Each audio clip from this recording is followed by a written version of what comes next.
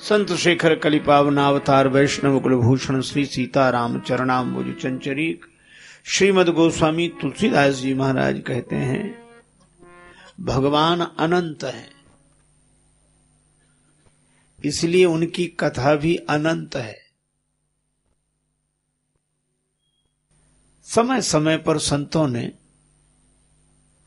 बहुत तरह से इन कथाओं को कहा है और सुना है। अनंत का अर्थ होता है जिसका अंत न हो। देखो, अज्ञान अनादिकाल से है। हमें कभी ऐसा नहीं लगता कि जन्म के बाद उस दिन से हमें अज्ञान आया है। अज्ञान तो है अनादिकाल से, लेकिन अज्ञान अनादि तो है पर अनंत नहीं है, उसका अंत होता है।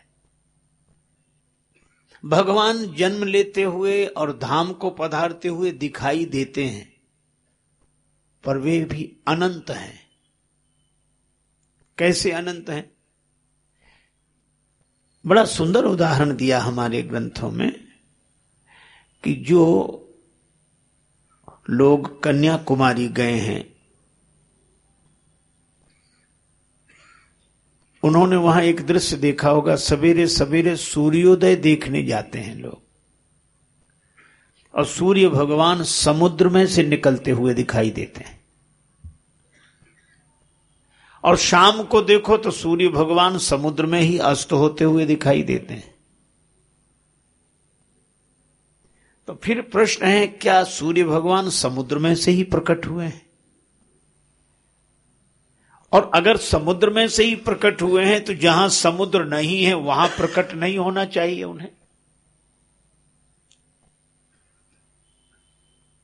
इसका अर्थ है कि समुद्र में से प्रकट होते दिखते हैं और समुद्र में विलीन होते दिखते हैं, लेकिन इसके अलावा भी वे अनादि हैं, अनंत हैं, हर जगह प्रकट होते हैं, हर जगह उनका अस्तित्व है। अनंत होते हुए भी वे समुद्र में प्रकट होते और अस्त होते हुए दिखाई देते हैं। इसी तरह भगवान भी जन्म लेते हुए और अपने धाम को जाते हुए दिखाई देते हैं, पर वे अनंत हैं, उनका कोई अंत नहीं।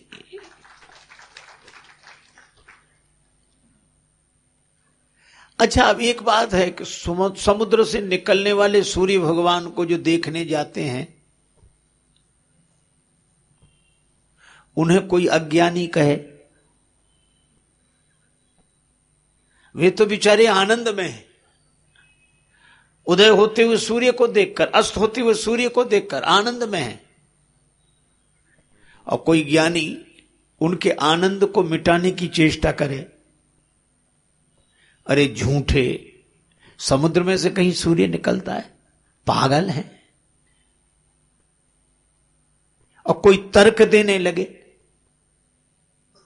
तो उनके सूर्य भगवान के दर्शन का सुख ही समाप्त हो जाएगा। इसीलिए मैं कहता हूं, राम ही भजहि तर्क सब त्यागी। उस समय तर्क देने वालों से सतर्क रहें। उस समय तो उसके सौंदर्य का दर्शन करें। एक विचारक ने बड़ी अच्छी बात कही कि ज्ञानी सत्य में सौंदर्य देखता है और भक्त सौंदर्य में सत्य देखता है। सूर्य भगवान को समुद्र से निकलते देखा तो सूर्य भगवान को ही तो देख रहा है, अपनी भावना से देख रहा है। और मुझे तो लगता है कि भगवान के बारे में की गई कोई भी भावना असत्य नहीं है, क्योंकि भगवान जब सत्य हैं तो उनसे जुड़ी हुई प्रत्येक भावना सत्य है। और इसके लिए एक प्रमाण बड़ा अच्छा है। एक दिन भक्ति मूर्ति माता मीरा अपनी मां के साथ भवन की छत पर टहल रही थी। शाम का समय था, किसी की बारात निकली। 9 युवक दूल्हा घोड़े पर बैठा हुआ, बाराती साथ साथ चल रहे हैं, बाजे बज रहे हैं। माता से मीरा ने पूछा कि मां, यह सजीला युवक कौन है जो घोड़े पर बैठा है? मां ने कहा, बेटी यह दूल्हा है, तुम्हारी सहेली का विवाह है, उसका यह दूल्हा है। मीरा सहज पूछ बैठी, मां मेरा दूल्हा कौन है? अब मां क्या समझाए उस नन्ही बालिका को। तो मां ने कहा कि बेटी अभी तेरा दूल्हा नहीं है अभी। मीरा बोली, कैसे नहीं है? जब सबके नाक कान हाथ पांव आंख है, मेरे भी हैं, तो जब उसका दूल्हा है तो मेरा दूल्हा क्यों नहीं? अब मां बहुत परेशान, किसे बतावे दूल्हा। तो मां ने कहा कि तुम जिन भगवान की पूजा करने जाती हो ना, चतुर्भुज भगवान, वे ही तुम्हारे दूल्हा है। आश्चर्य, बात साधारण सी थी, बात बिल्कुल सत्य नहीं थी, पर मीरा ने सवेरे क्या किया, सधवा देवियों की तरह मांग भर ली, श्रृंगार करके बैठ गई, चूड़ी उड़ी और घूंघट डालकर। मां ने कहा, बावली यह क्या कर रही है? मीरा ने कहा, मेरा विवाह हो गया। किसके साथ? जिसको तुमने बताया था। कब हुआ विवाह? सपने में। माई माने सपना मां परण्या जी दीनानाथ, सपना मां परण्या जी दीनानाथ।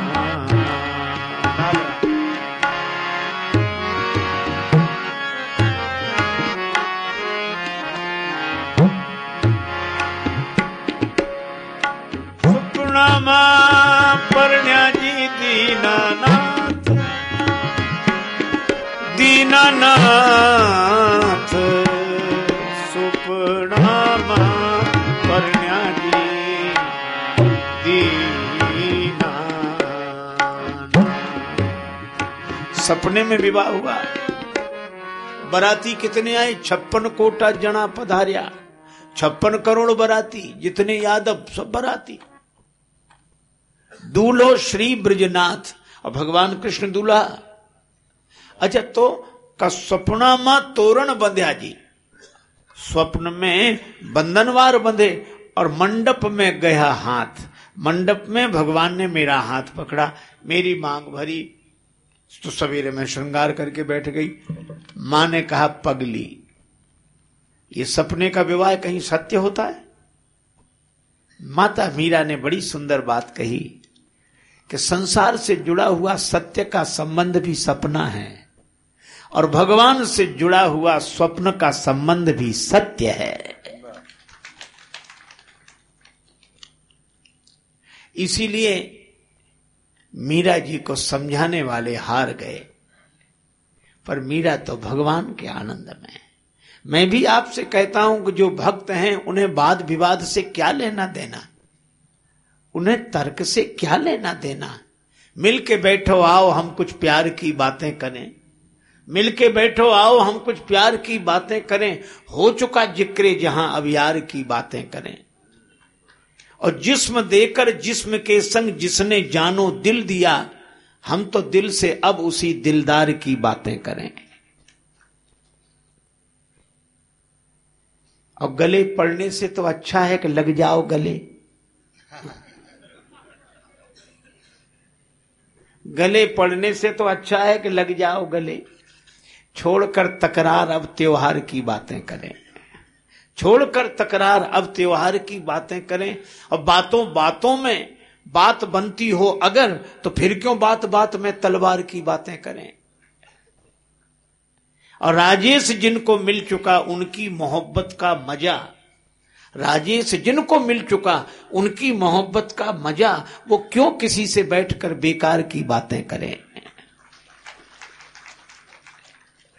इसलिए भगवान से जुड़ी हुई भावना सत्य है, परम सत्य है, क्योंकि उनका लक्ष्य परमात्मा सत्य है। एक वृद्धा माता थी, उसको शालिग्राम भगवान के रूप में एक पाषाण मिल गया। वो शालिग्राम नाम ही नहीं जानती थी, उसने अपने भगवान का नाम रखा गोल मटोल। और गोल मटोल की सेवा करे बस। भगवान के पार्षद लेने आए, अंतिम समय आ गया, चलो बैकुंठ चलो। बुढ़िया बोली, अरे बाबरे बैकुंठ की बात रहो तू बोल, अब भीतर मेरो सो रहो ठाकुर गोल मटोल। पार्षद वापस गए, भगवान से कहा वो गोल मटोल को छोड़कर नहीं आना चाहती, तो भगवान स्वयं आए कि चल मैया मैं आ गया हूं, मैं असली हूं, बाकी सब मुझे पाने के साधन हैं, छोड़ चल मेरे साथ। बुढ़िया बोली, भगवान हो सो आपको प्रणाम, लेकिन मेरे गोल मटोल के कारण आप मिले हो, गोल मटोल जाएगा तो मैं चलूंगी। तब भगवान बोले, ले चल, गोल मटोल को भी ले चल। आप विचार करके देखें, भक्तों ने भगवान को अपने से जोड़ा है, और अपने से जोड़कर वे निहाल हो गए। उन्हें संसार से मतलब नहीं है।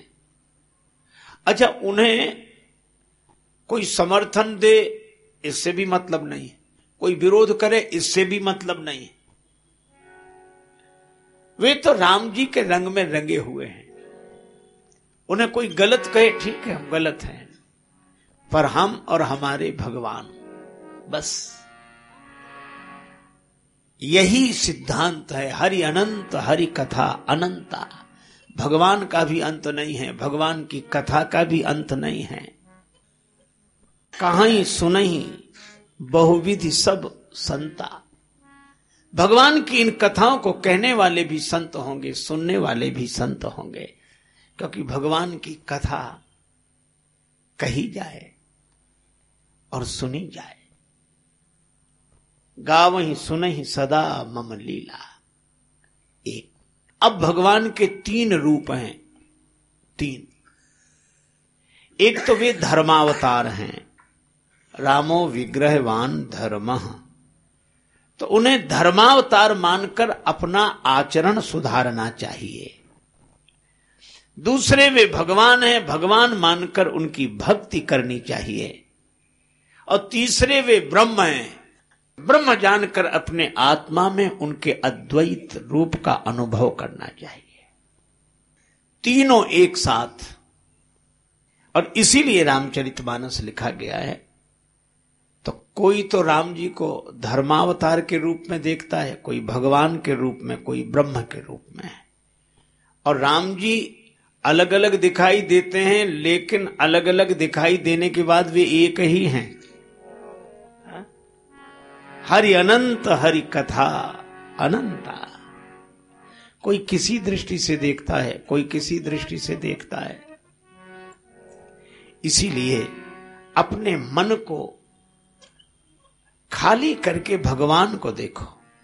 निर्मल मन जन सो मोहि पावा, भगवान कहते ही हैं। तो मैं आपसे चर्चा कर रहा था कि राम जी को धर्मावतार माने तो वे गुरुदेव से सब कह देते हैं। राम कहा सब कौशिक पाही, लक्ष्मण जी से भी सब कह देते हैं। यह मर्यादा है। अपने मन में उठने वाली वृत्तियों को गुरुजनों को सुनाओ, अपने बंधुओं को सुनाओ। और राम जी भगवान हैं, इसीलिए जनकपुर की देवियां क्या कहती हैं? भगवान हैं और इनकी सुंदरता देवियों ने देखी। सोने को गुमान गयो गोरे को बिलो की सखी, सांवरे को देख नील कमल लजाए हैं। भूपति राजेश मिथिलेश के बुलाई बे पे युगल कुमार संग कौशिक जू लाए हैं। हेरत हजारन के हियरा हरण किए, लाखन के लोचन चितई के चुराए हैं। दौरी दौरी मिथिला की आली कहें, आपस में चित्त को समारोरी पुरी में चोर आए हैं। और भगवान को विश्व विलोचन चोर कहा। श्री दशरथ राजकुमार नजर तोहे लग जाएगी, दशरथ राजकुमार नजर तोहे लग जाएगी। अलके कुंचित मुख श्यामल पर, अलके कुंचित मुख श्यामल पर। सोहत मानव नील कमल पर, सोहत भ्रमर करत गुंजार नजर तोहे लग जाएगी।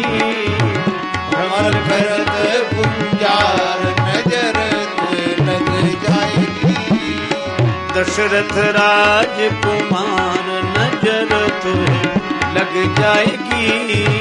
दशरथ राजकुमार नजर तोहे लग जाएगी।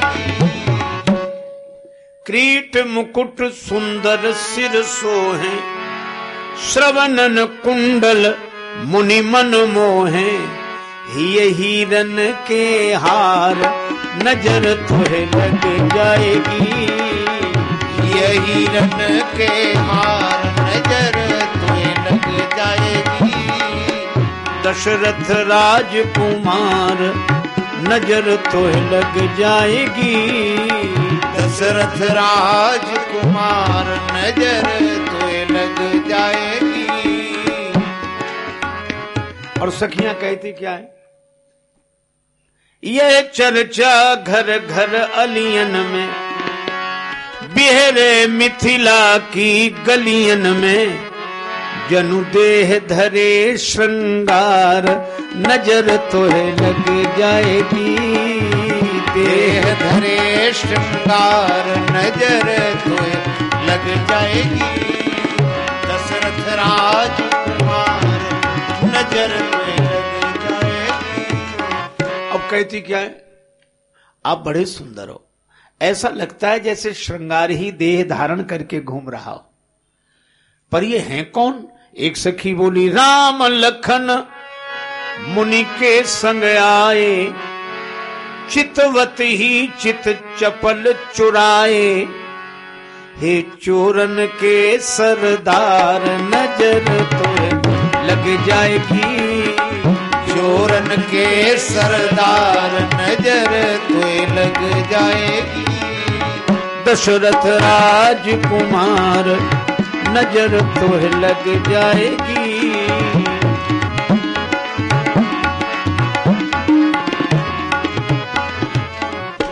अच्छा, चित्त चुरा लिए कि नहीं?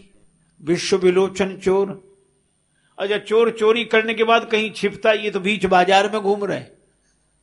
मत मंजू कुंजर से झूमत अलीगन चित्त चुराए के घूमत। अरे निर्भय बीच बाजार नजर तोहे लग जाएगी। निर्भय बीच बाजार नजर तोहे लग जाएगी। दशरथ राजकुमार नजर तोहे लग जाएगी। दशरथ राजकुमार नजर तोहे लग जाएगी। अच्छा बोलो, ये चोर हैं? हाँ, तो चोर को बंद करो, पकड़ के बंद करो। तो कहां बंद करें? अस अभिलाष हृदय अबलन के ही बैठाई तुरत पलकन के। कर ले बंद की बार नजर तोहे लग जाएगी।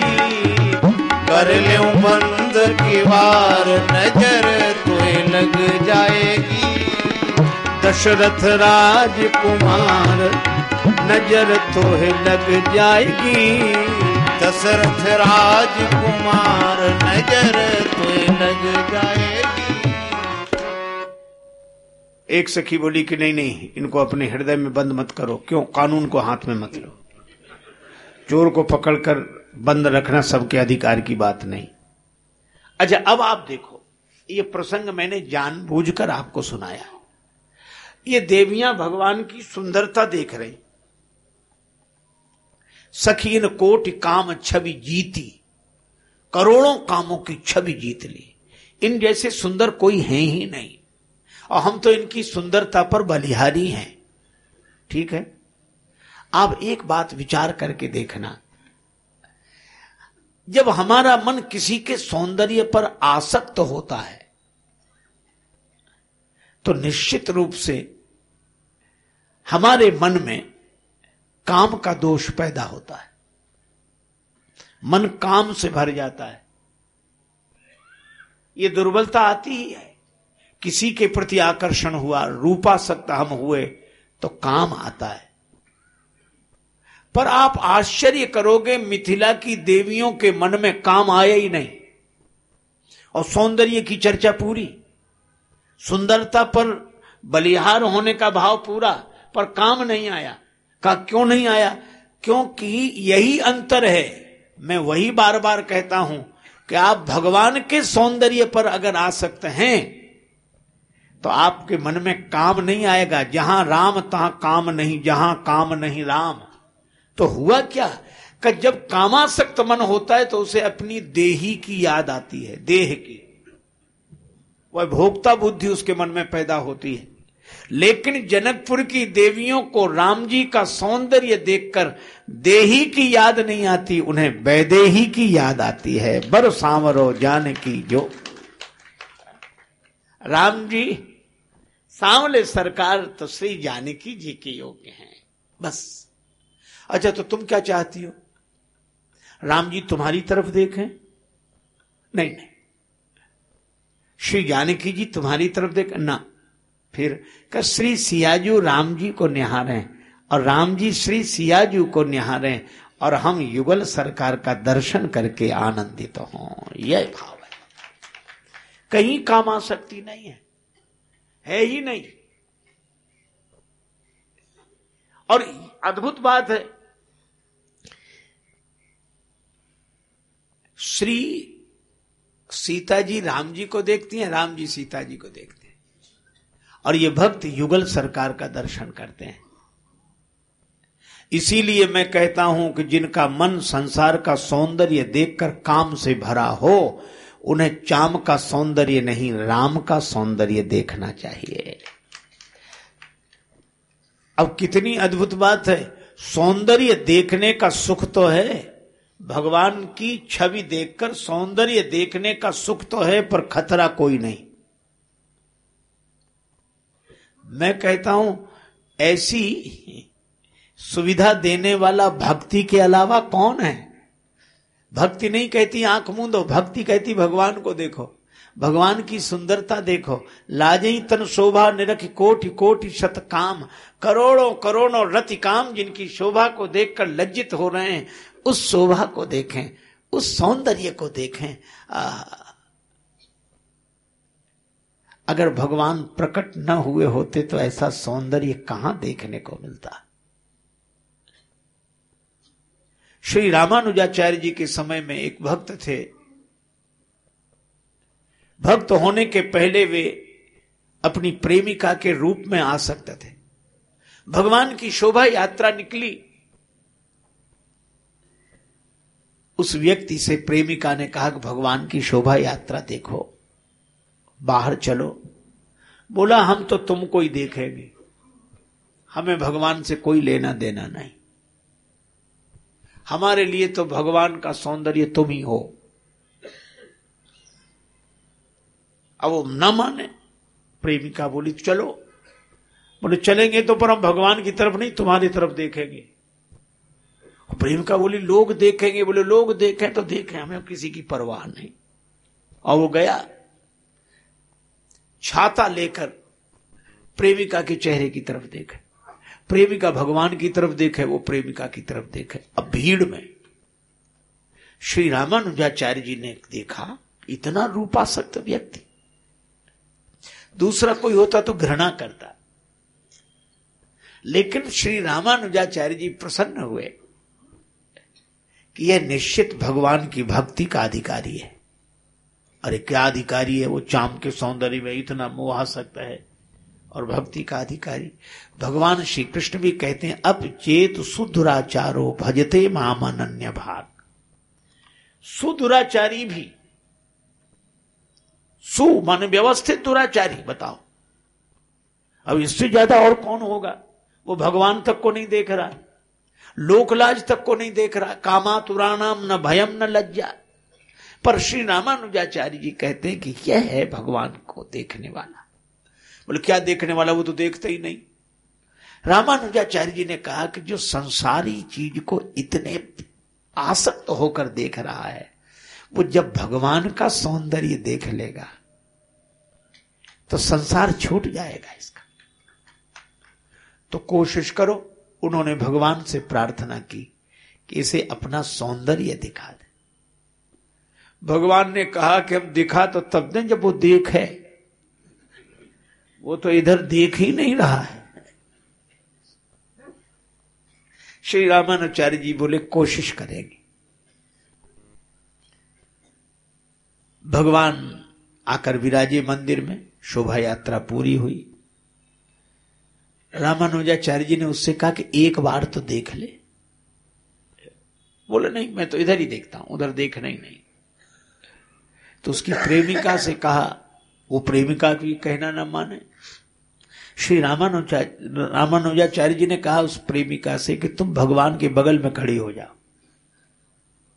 वो बेचारी शर्माते हुई खड़ी हुई भगवान के बगल में। तो उसने देखा प्रेमिका की तरफ और उधर भगवान से प्रार्थना की कि इसे अपना सौंदर्य दिखा दे। और रामानुजाचार्य जी महाराज ने कहा, और उस व्यक्ति ने उस प्रेमिका की ओर देखा, थोड़ी दृष्टि पलटी और जरा सी भगवान की ओर एक दृष्टि गई और भगवान अपने पूरे सौंदर्य के साथ प्रकट हो गए। और जो उसने सुंदरता देखी, बलिहार हो गया कि अब कहीं नहीं जाना, अब तो ऐसी सुंदरता कहीं है ही नहीं। और श्री रामानुजाचार्य जी महाराज ने उसका नाम धनुर्दास रखा, भक्त हुआ। मैं आपसे कहता हूं कि भगवान संसार बने ही इसीलिए हैं कि संसार हमें अटकाए है, संसार हमें भटकाए है। हम इस सौंदर्य में अटके हैं और इसके कारण भटके हैं। लेकिन भगवान कहते हैं कि चलो हम भी तुम्हारे बीच में संसार की तरह ही होकर आए हैं, इसलिए अब तुम उधर नहीं इधर देखो। उधर देखोगे तो आसक्त बनोगे और मेरी ओर देखोगे तो भक्त बनोगे। मिथिला की देवियों में कोई काम की गंध नहीं है, वहां वासना नहीं, उपासना है। अच्छा, एक अद्भुत बात, भगवान श्री राम और श्री जानकी जी का प्राकट्य भी बड़ा अद्भुत है।